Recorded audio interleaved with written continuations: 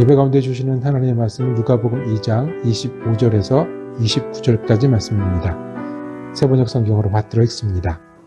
그런데 마침 예루살렘에 시몬이라는 사람이 있었는데 그 사람은 의롭고 경건한 사람이므로 이스라엘이 받을 위로를 기다리고 있었고 또 성령이 그에게 임하여 계셨다. 그는 주님께서 세우신 그리스도를 보기 전에는 죽지 아니할 것이라는 성령의 지시를 받은 사람이었다. 그가 성령의 인도로 성전에 들어갔을 때에 마침 아기의 부모가 율법이 정한 대로 행하고자 하여 아기 예수를 데리고 들어왔다. 시몬이 아기를 자기 팔로 받아서 안고 하나님을 찬양하여 말하였다. 주님, 이제 주님께서는 주님의 말씀을 따라 이 종을 세상에서 평안히 떠나가게 해 주십니다. 아멘. 기다리는 일은 여러 번 반복을 해도 적응이 되지 않습니다. 쉽지 않습니다. 보통 경험이 쌓여가고 많이 해보면 좀 괜찮아지거든요. 근데 기다리는 일은 할 때마다 답답하고 힘듭니다. 꼭 내가 선 줄만 천천히 가는 것 같아요. 꼭 내가 가는 날만 줄이 긴 것 같아요. 내가 줄을 서서 막상 시간이 되면 내 앞에서 시간이 오래 걸리는 것 같아요. 그 레이쿠길에 있는 운전면허 시험장을 간 지가 10몇 년이 됐습니다. 근데 갈 때마다 줄을 서서 기다리는 거 1시간 이상씩 하는 것 같아요. 요즘은 코로나 이후에는 줄을 밖에 세우는데 밖에 서서 1시간, 1시간 반씩 기다렸다가 갑니다. 그리고 정말 내 차례가 돼서 순서가 되면 그 기다림의 결과가 좋으면 좋은데 검사하는 사람이 이거 없다고 저거 없다고 도로 돌려보내는 일이 많이 있었습니다. 분명히 챙겼는데 가방에 꺼내보면 없어요. 1시간 넘어 줄 섰다가 돌아가면 내가 다시는 오나 봐라 라고 돌아서지만 다른 길은 없잖아요. 그래서 가방에 가져갈 수 있는 모든 것을 다 챙겨가는 버릇이 생겼습니다. 1시간 반 기다렸는데 도로 돌아가면 너무 아깝지 않습니까? 시간이 지나서 아이들이 이제 운전면허 시험장을 갈 때가 됐습니다. 그리고 자기네들이 준비해서 간다고 합니다. 그냥 보냅니다. 준비 많이 해라. 이런 것 저런 거 챙겨라. 1시간 반 기다려봐라. 그리고 돌아서 봐라. 인생의 쓴맛을 알아야죠. 기다림의 고통이 뭔지 알아야죠. 그리고 허무한 게 뭔지 아이들은 강하게 키워야 되지 않겠습니까? 그래서 기다리게 합니다. 무엇이 기다림을 힘들게 할까요? 예수님을 기다리는 일은 어떻겠습니까? 우리가 줄을 서 있으면, 그래서 기다리면 그 끝에 예수님이 계실까요? 내가 한 주간도 기다리고 1년, 2년도 기다리고 어쩌면 평생 영원을 헤매면서 기다리는데 그 기다림 끝에 도로 돌아가거나 다시는 오나 봐라가 아니라 예수님이 우리의 응답으로 계실까요? 한국에 계신 친척 중에 예수를 잘 믿는 분이 계신데 저를 만나면 항상 하는 말이 있습니다. 11조만 안 내면 내가 돈이 좀 모이겠는데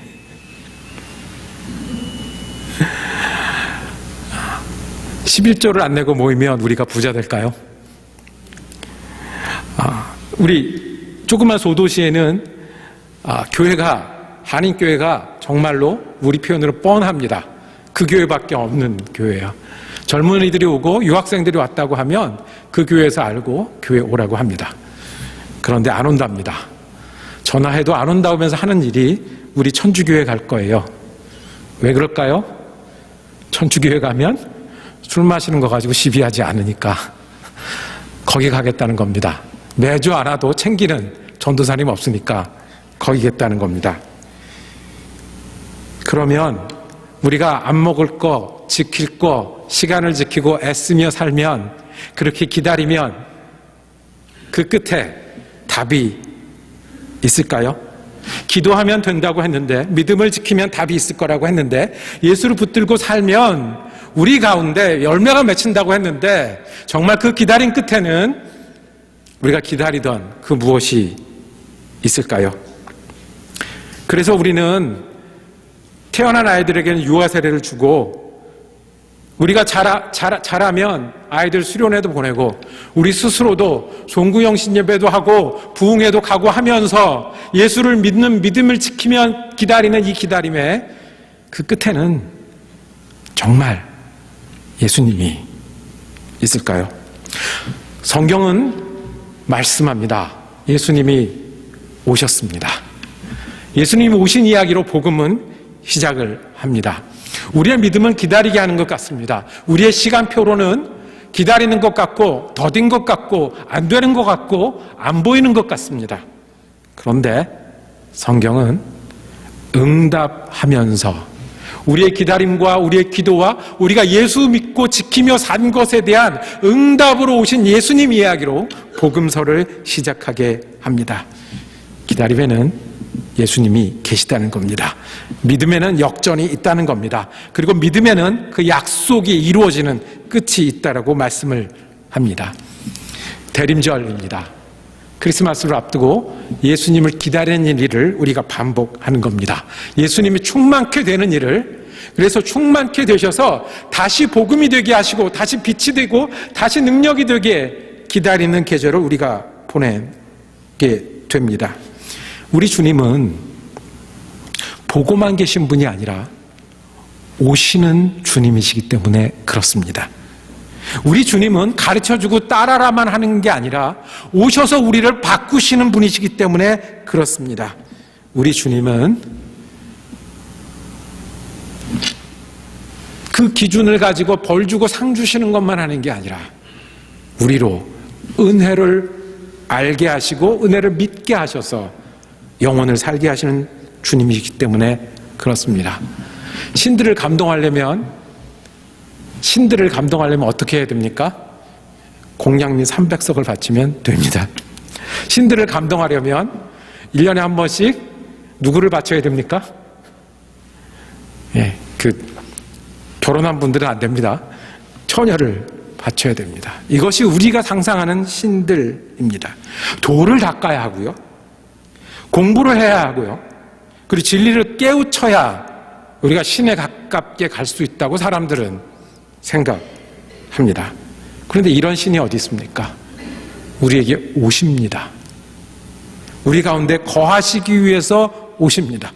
우리랑 같이 살기 위해서 오십니다. 우리가 못 가니까, 우리가 멀게 느껴지고 공양미다, 법칙이다, 율법이다, 철학이다라고 얘기하고 있을 때 우리가 사는 이 자리에, 이 시간 가운데 오시는 신이, 오시는 주님이 우리가 믿는 예수님이십니다. 그래서 복음 중에 복음은 누가 오신 거요? 예수님이 오신 겁니다. 복음이 뭡니까? 예수 믿고 구원받는데 그 복음의 시작은 하나님이 우리에게 오셨다는 것입니다. 이것이 복음입니다. 이것을 믿는 것이 예수를 믿는 일입니다. 예수가 우리에게 오신 것을 믿으십니까?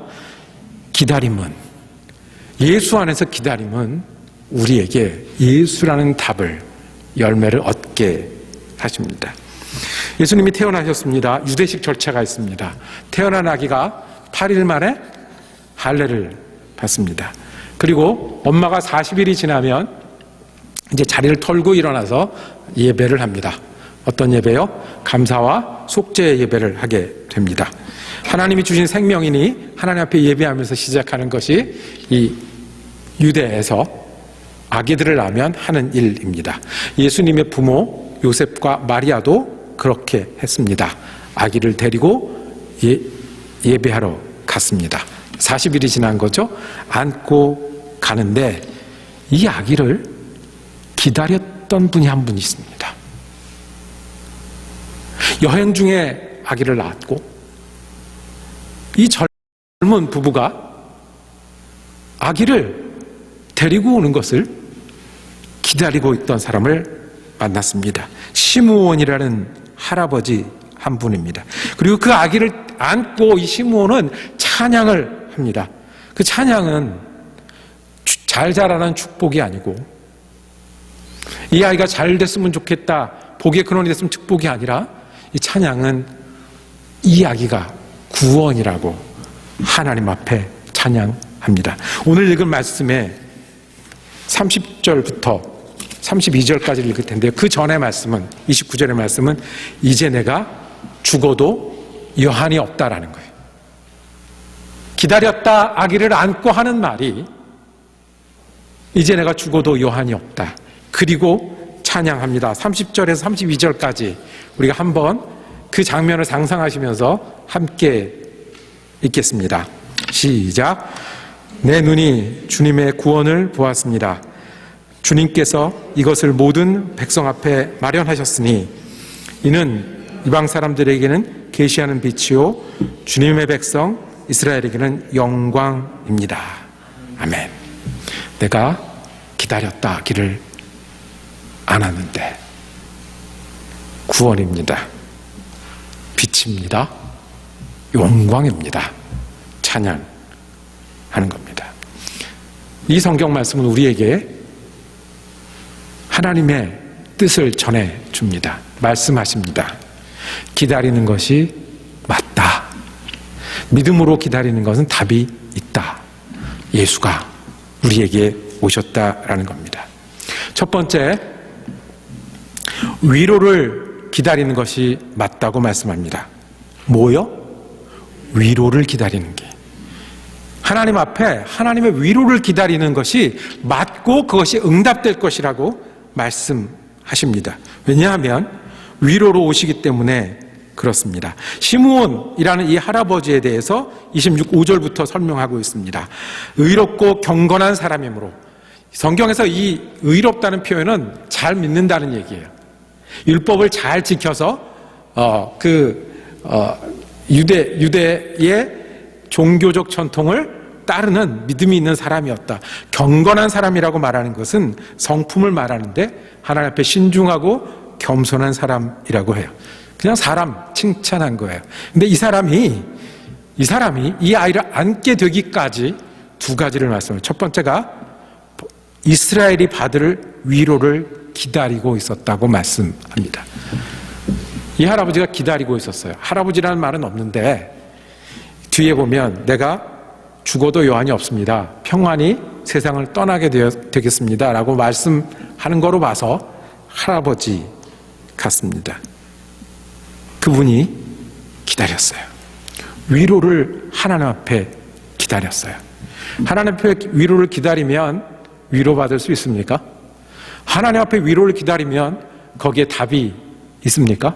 하나님이 우리를 위로하시는 것을 기다리면 끝이 있겠습니까? 이스라엘의 위로를 기다리셨다고 그랬어요. 이스라엘의 위로는 메시아를 의미합니다. 우리가 지금은 이렇게 율법을 들고 믿지만, 우리가 지금은 힘들게 살아가지만 메시아가 오실 거다. 그때는 우리 기도에 답이 되실 거고 우리 소원을 이루실 거고 하나님께서 우리에게 약속하신 그 모든 것을 밝히 알 거라고 그 위로를 기다렸습니다. 이스라엘의 위로라고 하면 지금 이스라엘이 버려진 민족, 실패한 민족처럼 여겨집니다.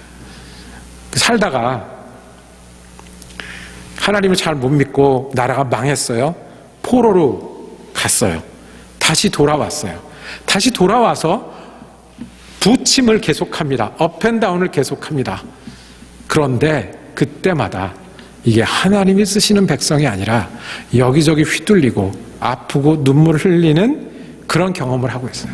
그래서 이 사람들은 우리가 하나님 잘못 믿어서 이렇게 됐지, 우리가 벌 받고 있지라는 아픔이 있고, 로마 사람을 볼 때마다, 그 이전에 헬라의 지배를 받을 때마다, 시리아의 영향을 받고 애굽이 힘들게 할 때마다 하나님이 우리에게 답이 되셔야 되는데 이스라엘 위로를 기다리고 있었습니다.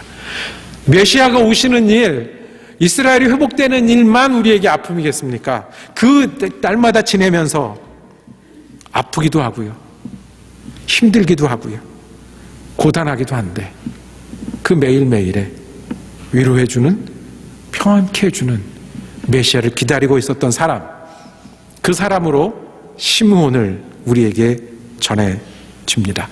그런데 그 시므온이 이 아기를 안고 하나님이 우리에게 보내주신 분, 이 땅에 오신 주님임을 찬양합니다. 죽어도 여한이 없답니다. 내가 보았으니까요. 주님의 위로가 어떻게 우리에게 오겠습니까? 주님이 어떻게 위로를 하겠습니까? 주님이 우리에게 오셨습니다. 그냥 놔둔 게 아니라 우리에게 오셔서 우리랑 같이 사신다는 말씀입니다. 메시아가 오셨고 이스라엘이 회복됐고 매일매일의 내 눈물과 아픔에 응답이 되었다는 거예요. 어떻게 해요? 여러분들, 오늘 아침 새벽에 비가 왔습니다. 비가 오면 세상이 어떻게 되나요? 다 젖어요. 젖기 전에는 얼마만큼 마른, 얼마만큼 지붕이 있고 얼마나 가리고 있고, 그런데 비가 내리면 다 젖어요. 비를 기다리는 사람에겐 모든 것을 적시는 것이 비입니다. 예수님이 왜 사람이 되셨을까요? 그 신비를 다 알 수는 없으나 분명하게 말씀하시는 것은 우리와 같이 지내시려고, 기다리는, 하나님의 위로를 기다리는 우리에게 위로와 답이 되시려고 우리에게 오셨습니다. 주님의 은혜가 우리 모두에게 이렇게, 어떤 사람은 이스라엘의 위로가 뭔지, 어떤 사람은 내 오늘의 눈물, 어떤 사람은 내 오늘의 아픔 붙들고 있을 때 우리에게 위로로 오셨습니다. 둘째, 기다리는 것이 또 맞다고 말씀하십니다.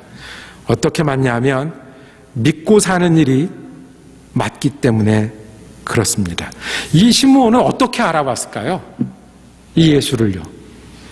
이 예수가 자기에게 오음을, 그리고 이 아이가 하나님의 그 아기임을 어떻게 알아보았을까요?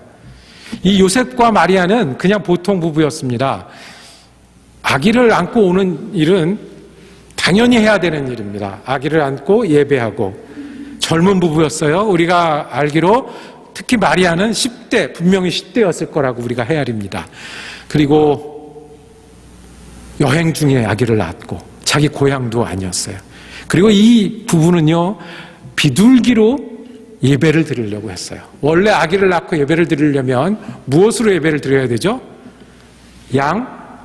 어린 양 한 마리, 그리고 비둘기 한 마리. 양 한 마리, 비둘기 한 마리. 그런데 그 레위기 12장에 그 다음에 이어 붙여 주셨어요. 혹시 형편이 안 되면, 가난하면, 그래서 양을 살 돈이 없으면 어떻게 하라고요? 비둘기 2마리로. 근데 이 엄마 아빠는 비둘기 2마리를 들고 예배하러 왔습니다. 주목받을 사람이 아닌 거예요. 메시아다, 하나님 보내신 사람이다, 주목받을 뿐이 아니에요. 그런데 어떻게 이 시므온은 알아보았을까요? 26절에 말씀이 있습니다. 그는 주님께서 세우신 그리스도를 보기 전에는 죽지 아니할 것이라는 성령의 지시를 받은 사람이었다라고 말씀합니다. 시므온이 위로를 기다릴 뿐만 아니라 어떤 사람이었냐면 성령이 임하여 계신 분이었어요. 그 성령이 임하여 계시는데 그 성령님이 주신 말씀 중에 죽기 전에 볼 거라는 그 말씀을 지키고 있었어요. 오늘, 내일, 내년에 얼마나 기다렸겠어요? 꿈이었나 보다? 될 수 있을까? 약속은 약속이지 얼마나 오래 기다렸겠어요. 그런데 시므온은 어떤 사람이었냐면 성령이 임하여 있었고 성령의 음성을 붙들고 사는 사람이었어요. 그래서 어떻게 해요? 그렇게 평범해 보이는 가정에 예수를 알아보고 안을 수 있었습니다.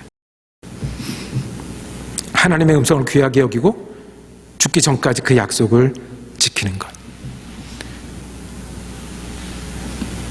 믿음을 지키는 일은, 믿음을 붙들고 사는 일은, 하나님의 약속을 믿으며 사는 일은, 그래서 내가 쉴 수 있을 때 예수를 선택하고 이익을 챙길 수 있을 때 예수를 선택하고 다른 사람들보다 앞서서 예수를 선택하는 일은 그 기다림에 응답이 있다고 말씀하십니다.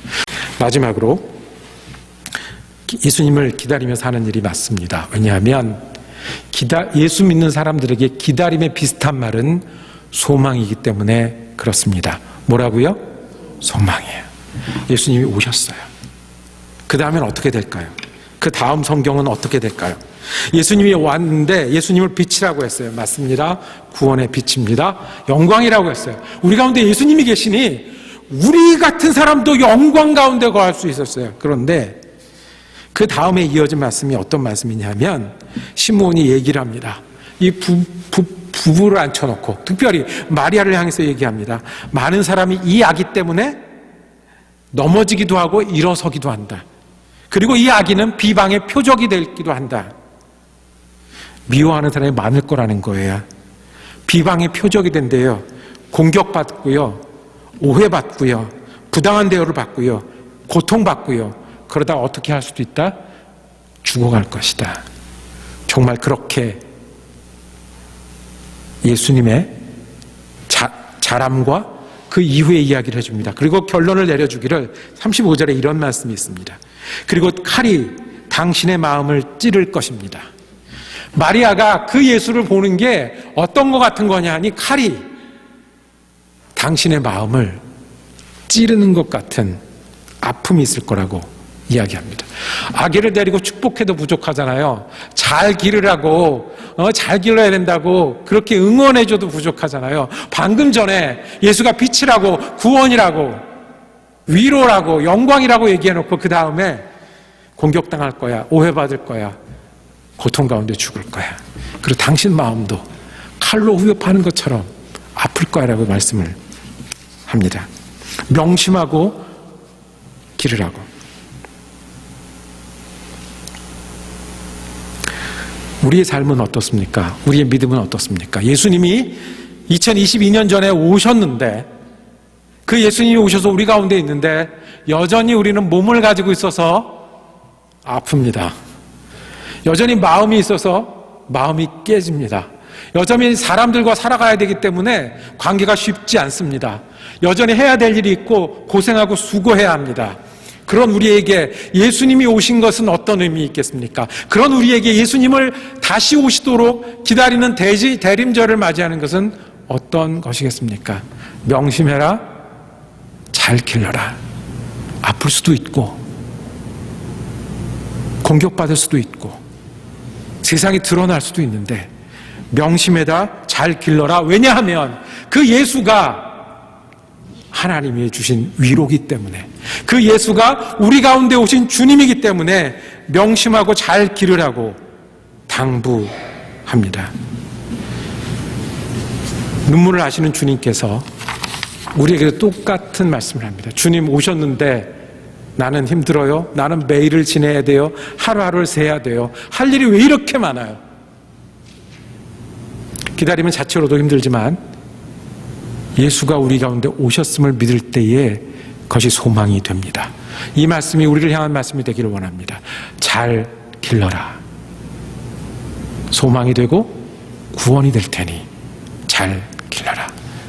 여러분들의 오늘의 삶은, 여러분들의 오늘의 일은 소망일 수 있습니다. 예수와 함께 사니까요. 오르막도 있고 내리막도 있지만 예수님이 위로가 되시고 예수님이 믿음의 응답이 되시기 때문에 오늘 우리 영혼을, 우리 삶을 우리 함께 잘 기르는 일은 우리에게 기다림이 복음이 되게 합니다. 예수님 오셨고 기다리는 우리에게 다시 오실 소망 되시기 때문에 그렇습니다. 기도하겠습니다.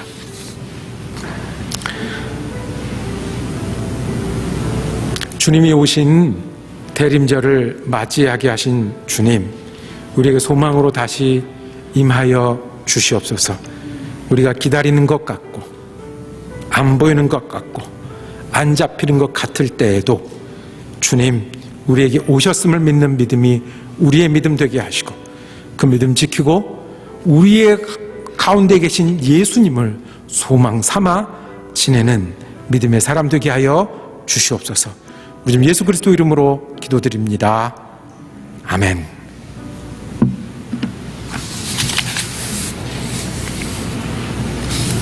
우리 찬양하시면서